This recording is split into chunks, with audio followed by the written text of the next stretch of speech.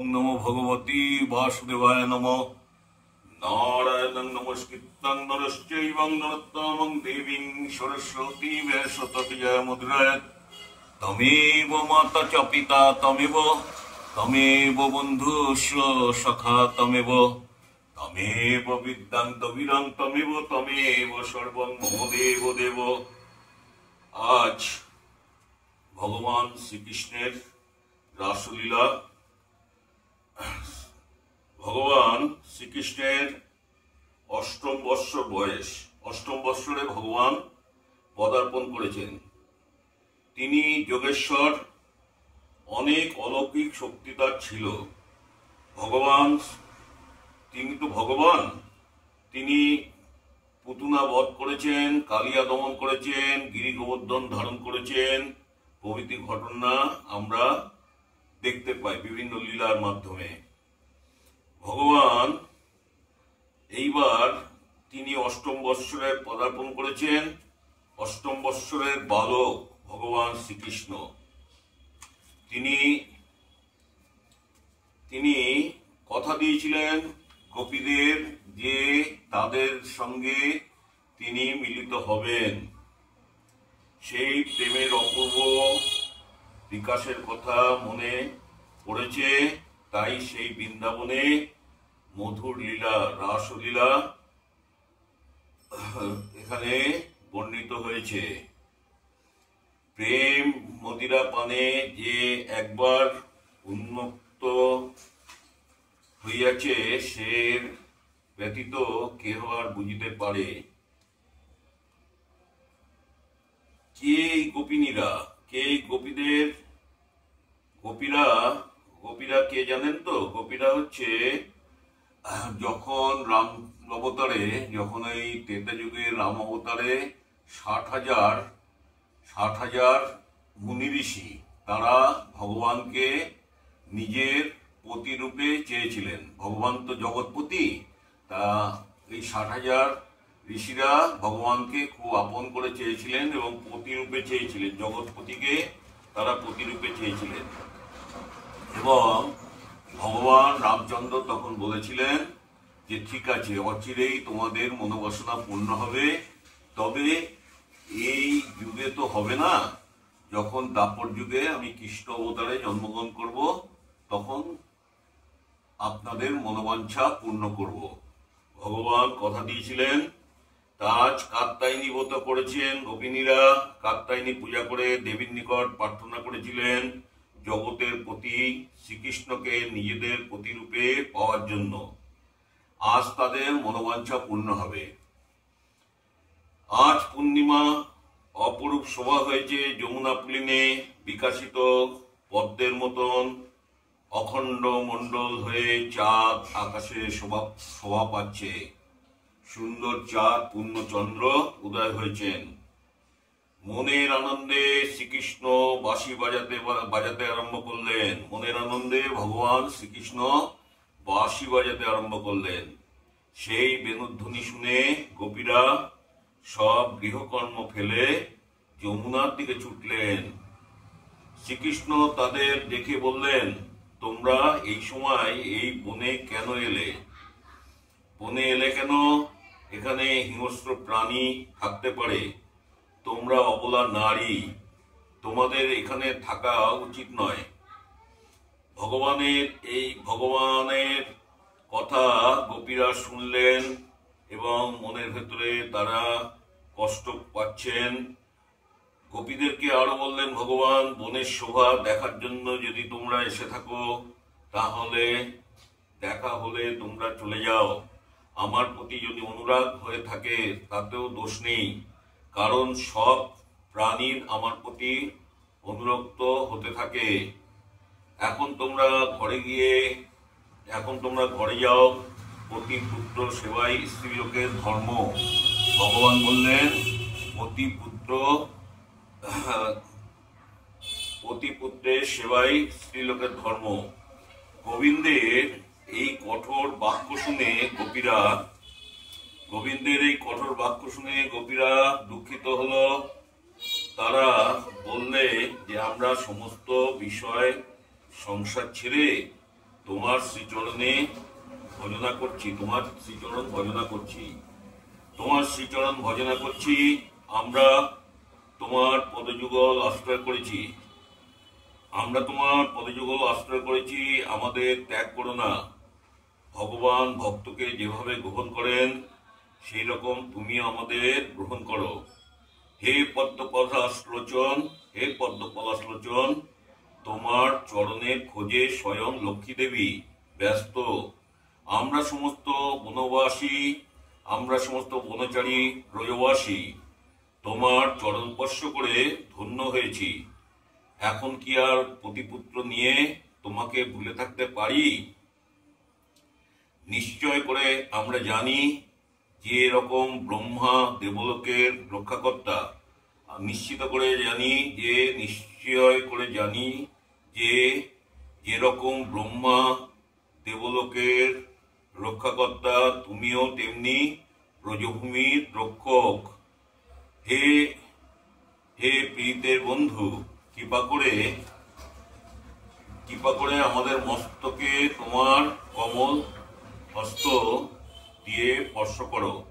আমরা তোমার শ্রীচরণের দাসী, আমরা তোমার শ্রীচরণের দাসী। এই যে ভগবানের লীলা না, ভগবানের যখন এই রাসলীলা করেন, অষ্টম বৎসরের বালক ভগবান, এই রাসলীলা অত্যন্ত পবিত্র, শুদ্ধ এবং এর ভেতরে কোনো কামগন্ধ নেই।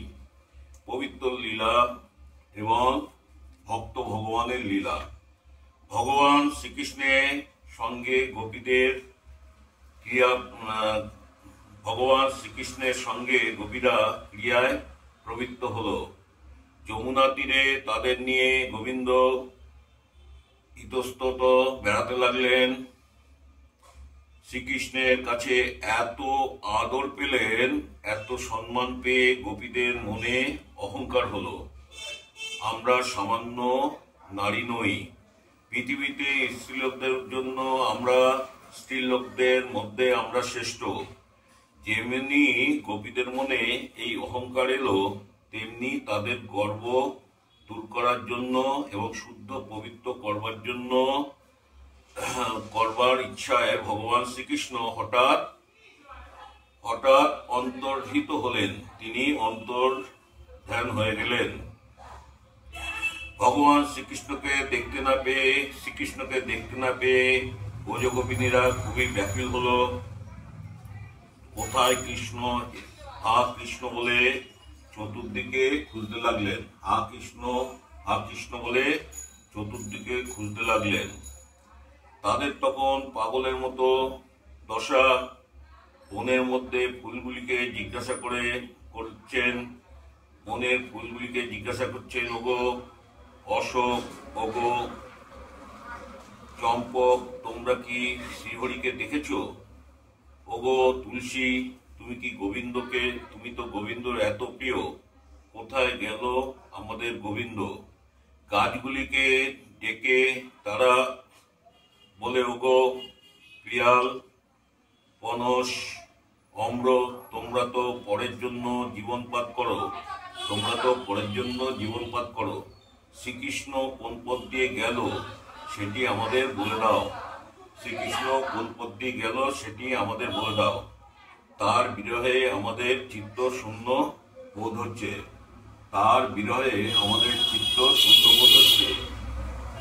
গোপীরা কৃষ্ণকে কাছে পেয়েছিল, এখন তাকে হারিয়ে তারা উন্মাদবোধ, তারা নিজেদেরকে শ্রীকৃষ্ণ বলে মনে করছে এবং কৃষ্ণলীলার অনুকরণ করে কখনো পুতনাবধ, কখনো কালিয়া দমন অভিনয় করছে। এই সব করতে করতে হঠাৎ এক জায়গায় তারা শ্রীকৃষ্ণের পদচিহ্ন দেখে উৎফুল্ল হয়ে উঠলেন। এরকম ভাবে তারা নিজেদের ভেতরে কৃষ্ণলীলা, কখনো তারা পুতনাবধ, কখনো কালিয়া দমন, এই সমস্ত লীলা করছিলেন। এবার করতে করতে এক জায়গায় শ্রীকৃষ্ণের পদচিহ্ন দেখতে পেলেন। শ্রীকৃষ্ণের পদচিহ্ন চিনতে কোনো অসুবিধা নেই, তার পায়ে যে ব্রজাঙ্কুশ চিহ্ন আছে আর ছাপ পড়েছে মাটির মধ্যে। কিছুদূর গিয়ে তারা দেখতে পেলেন আরো একটি পদচিহ্ন। এটি কি তাহলে রাধারানীর পদচিহ্ন? এটি কি তাহলে রাধারানীর পদচিহ্ন, যিনি ভগবান ব্রহ্মা, হরি, বিষ্ণু ও ঈশ্বর মহাদেবকে আরাধনা করে হয়েছেন রাধারানী। আর তিনি দেবতার, এই তিন দেবতার বরে তিনি ভাগ্যবতী। গোবিন্দ আমাদের সকলকে ছেড়ে দিয়ে আজ তাকে নিয়ে কোথায় গেছেন, কিন্তু শ্রীকৃষ্ণ কোথায়? অনুসন্ধান চলতে থাকলো জোর। কৃষ্ণ চিন্তা করতে করতে তারা কৃষ্ণের জন্য তন্ময় হয়ে, কৃষ্ণ চিন্তা করতে করতে শ্রীকৃষ্ণের তন্ময় হয়ে তারা লীলা স্মরণ, তার কথা পরস্পর বলাবলি করতে লাগলেন। তোমার কথা স্মরণ করে, গোপীরা বললেন, তোমার কথা স্মরণ করে আজ আমরা আনন্দ পেয়েছি। তোমার কথা অমৃতের মতন, তা শোনা মাত্রই মঙ্গল সাধন হয়, কোনো সাধন ভজনের অপেক্ষা রাখে না। যারা তোমার অমৃত কথা বিতরণ করে তারা এই জগতের দাতাদের মধ্যে সর্বশ্রেষ্ঠ দাতা। যারা তোমার এই কথামৃত, তোমার কথা অমৃত বিতরণ করে তারা জগতের দাতাদের মধ্যে শ্রেষ্ঠ দাতা। হে কান্ত, হে নাথ, যখন পদচলন করতে করতে তুমি ব্রজে থেকে চলে যাও, তোমার পদকমল পাছে কোনো বেদনা পায়, তার জন্য আমাদের মন ব্যাকুল হয়। আর এখন তুমি কোথায়? তুমি আমাদের প্রাণ, আমাদের পরমায়ু। তোমার প্রাণ মাতানো বংশীধ্বনি শুনে আমরা পতিপুত্র জাতি ভাতা ছেড়ে তোমার কাছে চলে এসেছি। তুমি দেখা দাও। এখানে ব্রজগোপিনীরা যে গোপী গীত, সেটা বলা হচ্ছে, তব কথামৃত তপ্ত জীবন কবি ভীরিতং কলমস্যাপহং শ্রবণ মঙ্গলম শ্রীমদাততং ভুবি গিন্নন্তি যে পরিদজনা।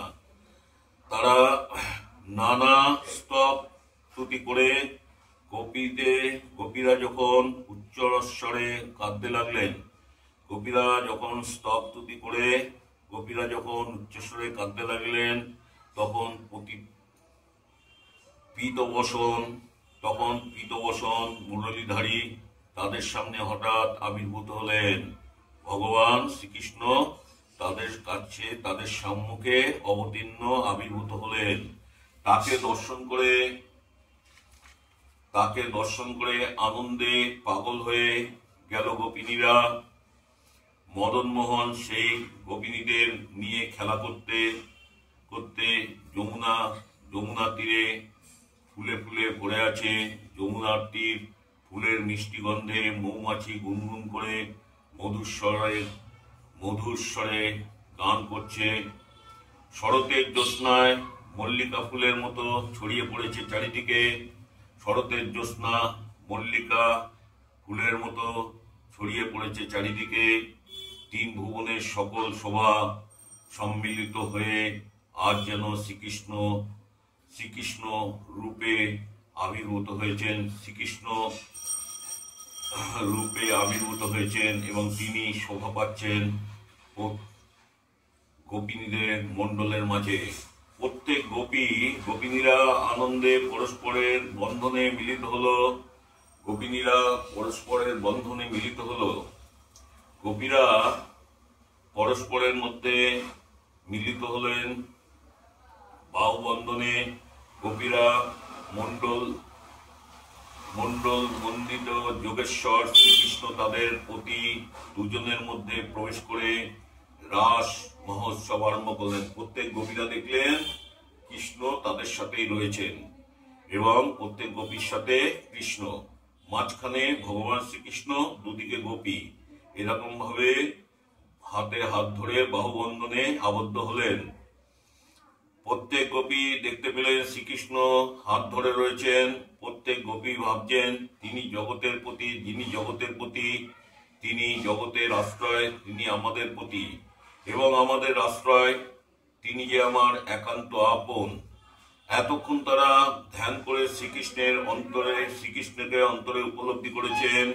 এখন দেখলেন তিনি তাদের মধ্যেই রয়েছেন।